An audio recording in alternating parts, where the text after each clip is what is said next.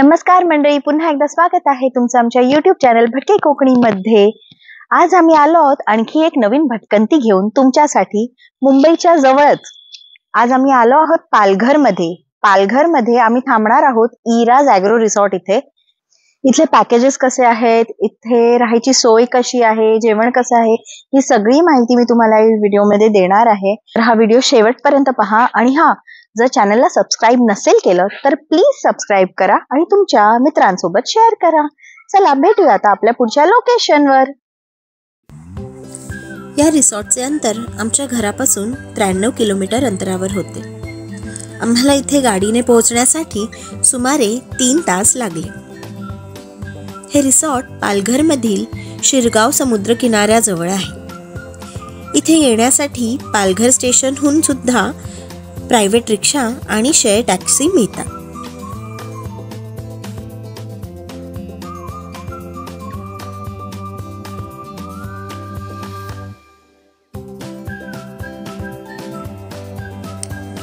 आत शिरताच समोरच रिसेप्शन आणि क्लासिक कॉटेजेस होते।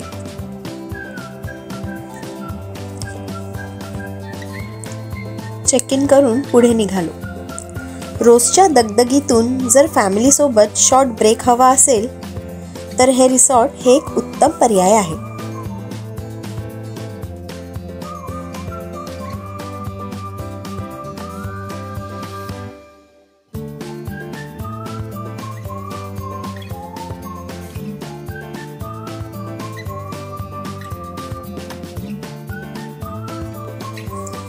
कॉटेजच्या वाटेवरून जाताना सभोवताली नारळीची छान बाग आहे। प्रत्येक कॉटेजच्या बाहेर त्यांनी लहानसे गार्डन बनवलेले आहे आणि पर्सनल झोपाळा सुद्धा दिलेला आहे।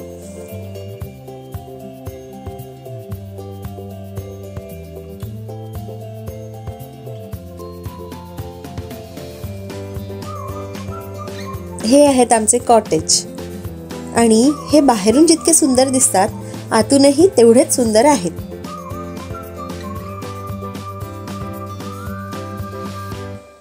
चला तर आता हे कॉटेजेस आतून कसे दिसतात हे तुम्हाला दाखवते।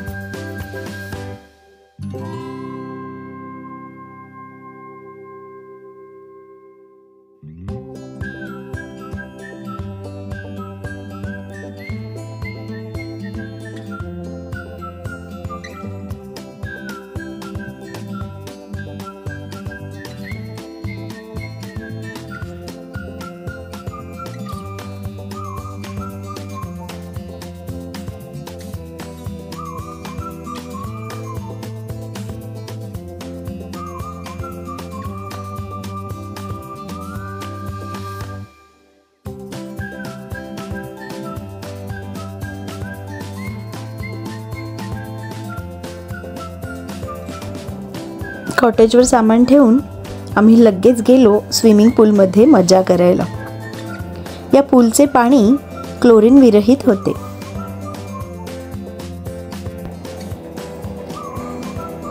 पाण्यामध्ये धमाल करून प्रचंड भूक लागली होती। मग आम्ही गेलो जेवणावर ताव मारायला।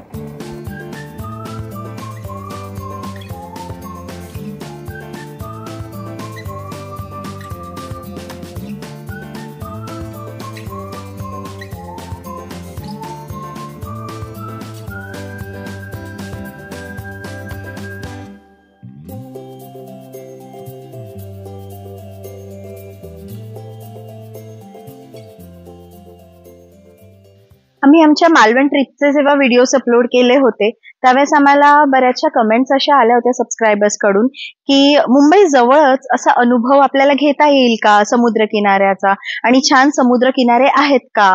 तर त्यासाठी आम्ही खास करून हा व्लॉग तुमच्यासाठी घेऊन आलो आहोत। मुंबईच्या जवळ अगदी 3 तासाच्या अंतरावर हे ठिकाण आहे। छोटंसं गाव आहे पालघर आणि ह्या पालघर गावाला खरंच खूप निसर्ग समृद्ध असा खूप सुंदर समुद्र किनारपट्टी लाभलेली आहे। आणि ह्या किनारपट्टीचं सौंदर्य आम्हाला जेवढं शक्य होईल तेवढं आम्ही आमच्या कॅमेराद्वारे तुमच्यापर्यंत पोहोचवण्याचा पुरेपूर प्रयत्न करू. चला तर आमच्या सोबत आता भेटूया आपण आपल्या पुढच्या लोकेशनवर, थेट इथल्या समुद्र किनाऱ्यावर. रिसॉर्टच्या मागच्या बाजूने समुद्रावर जाण्यासाठी पायवाट होती.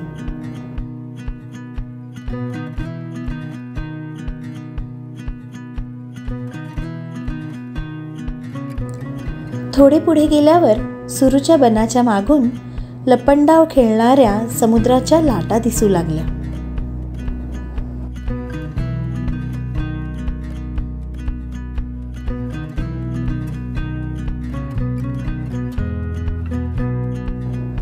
सुरूच्या बनातून पुढे आले आणि अथांग समुद्र किनाऱ्याचे दर्शन झाले.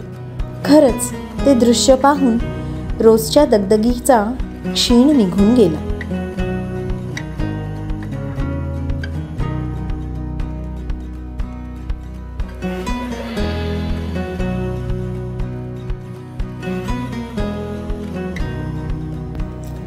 वाळूचा किल्ला बनवताना लहानपणीच्या आठवणी नव्याने जगल्या.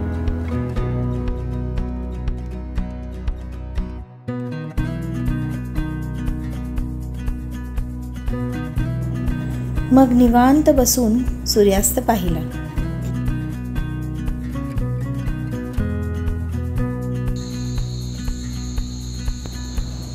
रात्रीची दिव्यांची सजावट तर फारच सुंदर होती. या सजावटीमुळे आम्ही जणू गोव्याच्या रिसॉर्टवर आहोत असाच आम्हाला आभास होत होता.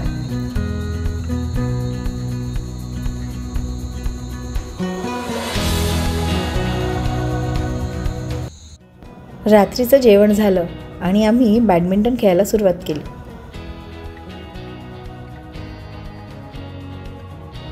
खेळता खेळता आम्हाला तर वेळेचं भानच नाही राहिलं. प्रीती, काय नाश्त्यामध्ये? अरे गुड मॉर्निंग मित्रांनो. आता सगळ्याच्या नाश्त्याची वेळ झाली आहे आणि नाश्त्यामध्ये गरमागरम मिसळ पाव आहे, पोहे आहेत आणि ह्यासोबत चहा कॉफी आहे आणि अंड हवं असेल ना, ऑमलेट किंवा काही, तर ते गरमागरम आपल्याला लाईव्ह बनवून देत आहे. चला तर आपण नाश्ता करायला चला सोबत. आता आमचा सगळ्याचा नाश्ता झाला आहे आणि वेळ झाली आहे चेकआउट करायची. या जागेबद्दल बोलायचं झालं तर हा जो शिरगाव बीच आहे तो खूपच सुंदर आहे आणि रिसॉर्ट पण अगदी लहान आहे पण खूप छान आहे. त्यांची सर्विस खूप छान आहे.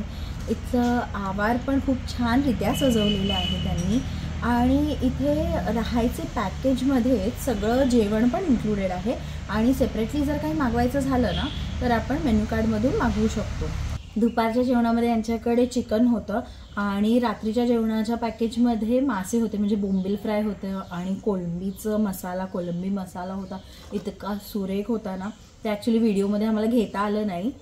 तर तुम्हाला ही जागा जर आवडली असेल तर नक्की भेट द्या या जागेला, कारण बीच अगदी 2 मिनिटाच्या अंतरावर आहे. रिसॉर्टमधूनच वाट जाते बीचला जाण्यासाठी आणि खूप मस्तरित्या तुम्ही इथला परिसर एन्जॉय करू शकता इथे राहिलात तर.